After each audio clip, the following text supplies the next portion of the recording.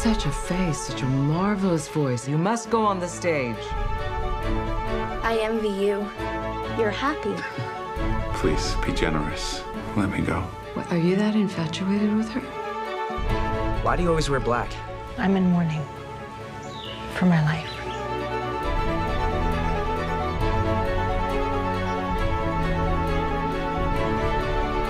I'm the reason for your misery these past 20 years. I've only been miserable the past 10. I'm just a woman, like any other. This is your chance to be a woman unlike any other. Remember all the laughter and the noise? And the love affairs. So many love affairs. Hello and welcome to What the Flick. I'm Matt, that's Alonzo, that's Christy. They are gonna talk about The Seagull, which is basically the Avengers. It was written by Anton Chekhov. It's Art House Avengers, There yes. you go. Wheat. Fields of wheat. Yes, based on the Chekhov classic. So of course, people are in a country house and they wish they could be in Moscow. But in this specific case, Brian Dennehy plays a dying man. His sister, who is played by Annette Bening. Thank you. Sorry, I blanked for a second. Who's a famous actress, comes to visit. Sees her son, who is a frustrated writer, brings with her a very popular novelist played by Corey Stoll, whose eye is turned by the actress's son's girlfriend, who is played by Saoirse Ronan. Everyone's miserable. It's Russia. This was the inspiration for the Jay Giles song "Love Stinks," Yes. right? Yeah, She yeah. loves him, he loves her. Yeah, this is. I was just saying, there's that line in Love and Death where Jessica Harper is like, I'm in love with Boris. Boris is in love with Nina. Nina is in love with Lev. There's this whole thing where, let's see, the teacher is in love with Elizabeth Moss as the daughter of the farm manager. Yeah. She is in love with Constantine, the writer. Constantine is in love with the young ingenue, Nina. Nina is in love with Boris, the visiting writer. Boris is in love, who knows who Boris is involved with Irina. Is in love with Irina, yeah. It is exactly what it is. But it's not nearly as wacky as all that would suggest to you. We've never seen The Seagull before. It's all very tragic serious. and everyone's miserable. And this is a nice adaptation. It's solid. It is a solid. It is handsomely mounted. Is the kind of phrase you usually bring out for a movie like this, because this is a film that has no interest in subverting the material or taking a new angle on the material. It just wants to present it lushly and let it breathe and set it in the period in which it is set and costume it in the period in which it is set. And it is fine. It doesn't really break any ground. It doesn't capture it in a way that's particularly exciting. It is not directed with an eye towards making it particularly cinematic.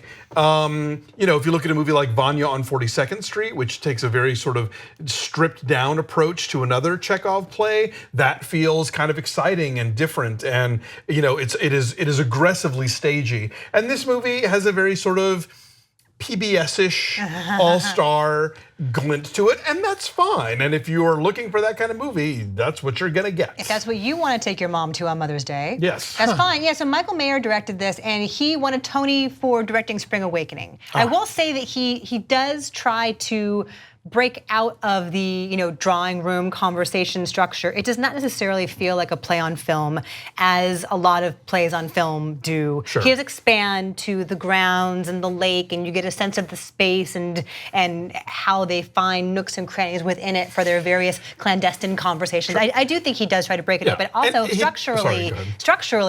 Okay, so Stephen Karam, who wrote The Humans, also won a Tony. This changed the structure a little bit. So it's a bit of a flashback structure, right? It begins at the end and then the whole rest of it catches you up to that. And then they repeat those scenes through different perspectives and filling in some of the dialogue. It's not verbatim exactly at the beginning, but they toy with it somewhat, but it is still pretty stuffy and safe. So it's Chekhov's Rashomon. Kinda. I will give them credit for this. One of the things that bothered me about August Osage County. Okay. That is a play about unhappy people stuck in a house together, and it should have been a lot more claustrophobic. Like I really wish William Friedkin had directed that one, because not only did he do the 2 other great Tracy Letts plays into movies, but he also did, like Boys in the Band, which like we're all here and it's raining and we're sweating and we're stuck in this apartment, and you don't get that sense of closeness in August Osage County, and you do get it in this movie. Do you? Yeah, for me, I felt that there were a lot of scenes where even though it's a pretty large house, you could still, everybody's kind of in each other's face all the time. And there is a sense of like, being trapped in this, even on a gigantic estate. There is there is a sense of confinement that I like to have they capture. It was shot at a giant house in upstate New York, in Monroe, New York, so it's not really Russia.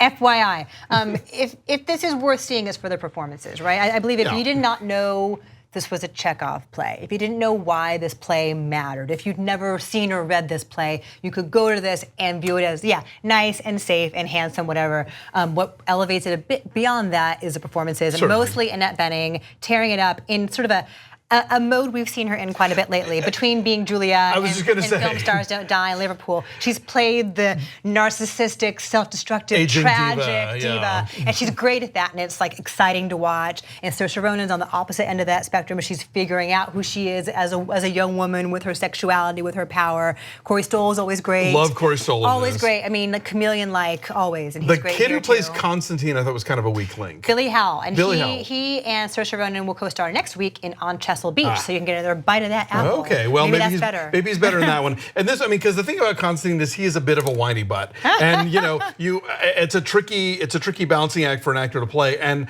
all I got was the kind of like, the whininess of this guy, and there needs to be more of a sort of youthful self-importance that allows you to forgive the sort of surface like petulance. He's miffed and pouty quite a bit, but increasingly he has reason to be miffed and pouty. Well, I would say. No in the beginning, question. it's just like a character flaw, and then it becomes vaguely relevant as it's as funny the play goes when the on. movie circles itself. I just thought, oh God, these people are so banal. They're just having the same conversations over again and don't even realize it. Also, Elizabeth Moss is really great in this. Yes. She gets all those biting, like dark, witty, dryly hilarious Chekhov lines. She's very, she's got the timing for that, of course. Yeah. So I missed this movie. I have a very important question. Please. Is there a gun?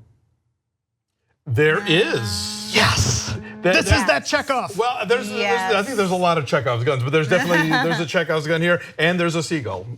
But it's not God, really we'd be a drinking seagull because they're on a lake. It's a lake gull.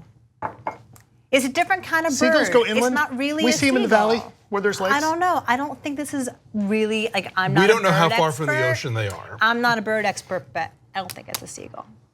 Anyway, that's the name of the play. This whole movie's a lie. But yeah, it is totally solid and it is safe. And again, Yes. the costumes and Rock the costumes are beautiful and Handsomely appropriate. mounted, like I said. Yes. All right. So my number's a 7. 7. All right. Our number's a 7, and it is a 70% on the tomato meter. It's, I believe, also New York and LA this weekend, and maybe it's scattered elsewhere, but For sure, opening wider. Yeah. Bye.